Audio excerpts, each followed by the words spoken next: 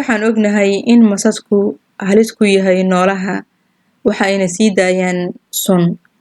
Sida ay halis ugu yahay aadanaha ayuu masasku sidoo kale dhinaca kale marka laga fiiriyo faa'iido ugu leeyahay noolaha bani'aadamka ama xayawaanaadka intaba.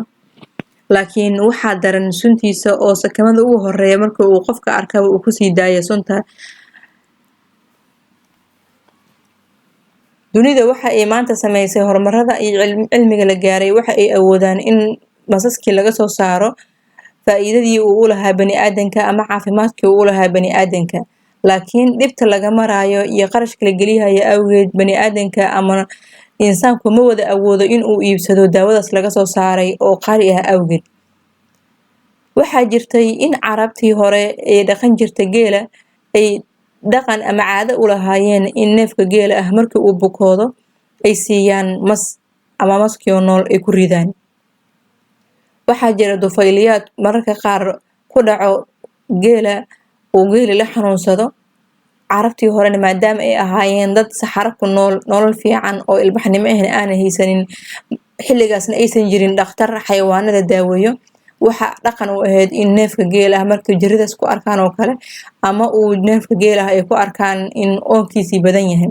Geela waxaa la yiraahdaa waa xayawaanka ugu wanaagsan ee ku noolaan kara dhulka oomanaha ah, dhulka saxaraha ah ku noolaan karo. Haddii neefka geela ahaa uu jirado ama ay ku arkaan in uu ku noolaan karin dhulka oomanaha ah uusan biyo ka maarmin mar walbana biyo uu u baahan yahay ayagana aysan awoodin ay yihiin dad ku nool dhul oomana ah. Waxa ay sameyn jireen si uu neefkan geela ah u daawoobo waxa ay ku ridi jireen mas nool.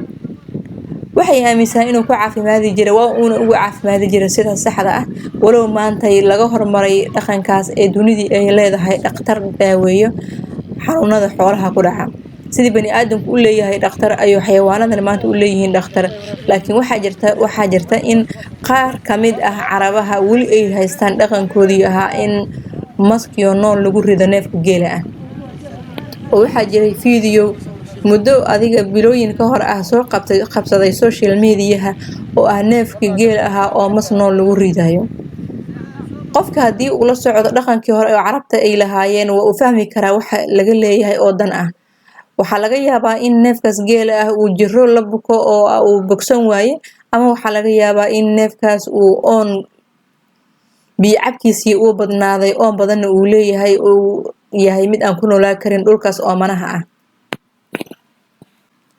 Haddii uu ku qanciyay muuqaalkan la wadaag asxaabtaada wixii faala ana noogu reeb qaybta hoose ee kommentiga.